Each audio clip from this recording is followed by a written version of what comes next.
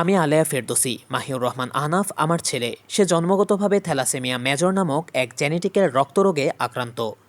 দর্শক, এভাবেই সন্তানের কঠিন পরিস্থিতির কথা জানান আলেয়া ফেরদৌসী। তিনি বলেন, ছেলেটির প্রতি মাসে অন্যের রক্ত নিয়ে বেঁচে থাকতে হয়। এই রোগ থেকে সুস্থ হওয়ার একমাত্র উপায় বোন ম্যারো ট্রান্সপ্লান্ট। ডাক্তারের পরামর্শ অনুযায়ী আমরা তার বোন ম্যারো ট্রান্সপ্লান্ট করি ইন্ডিয়ার ফোর্টিজ মেমোরিয়াল রিসার্চ ইনস্টিটিউট হাসপাতালে। সাধারণত 50 থেকে 60 লাখ টাকায় এ চিকিৎসা প্রথম ধাপ শেষ হয় এবং পরে 2 বছর ফলো আপে থাকতে হয়। আমি নিজে এবং আমার আত্মীয় ও পরিচিতদের সহায়তায় চিকিৎসা চালিয়ে যাচ্ছিলাম এবং প্রায় 75 লাখ টাকার অধিক খরচ হয়। ট্রান্সপ্লান্টের 116 দিন পর অর্থাৎ চিকিৎসার শেষ পর্যায়ে এসে আমার ছেলের বেশ কিছু কমপ্লিকেশন দেখা দেয়, যার কারণে তার চিকিৎসা নতুন করে শুরু করতে হয়। এ পর্যায়ে এই ব্যয়বহুল চিকিৎসার ব্যয় বহন করা অসম্ভব হয়ে পড়েছে আমাদের মতো নিম্ন মধ্যবিত্ত পরিবারের পক্ষে।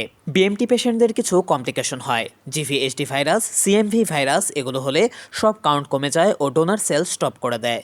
দুর্ভাগ্যবশত ওর দুটো একসাথে হয়েছে, সাথে ডোনার সেলের বোন ম্যারো কাজ করা বন্ধ করে দিয়েছে। কাইমারিজম ডাউন হয়েছে। মোট 4টা সমস্যা একসাথে হয়েছে। এর একটা ইনজেকশন 40,000 করে। 15 দিন পার হয়েছে।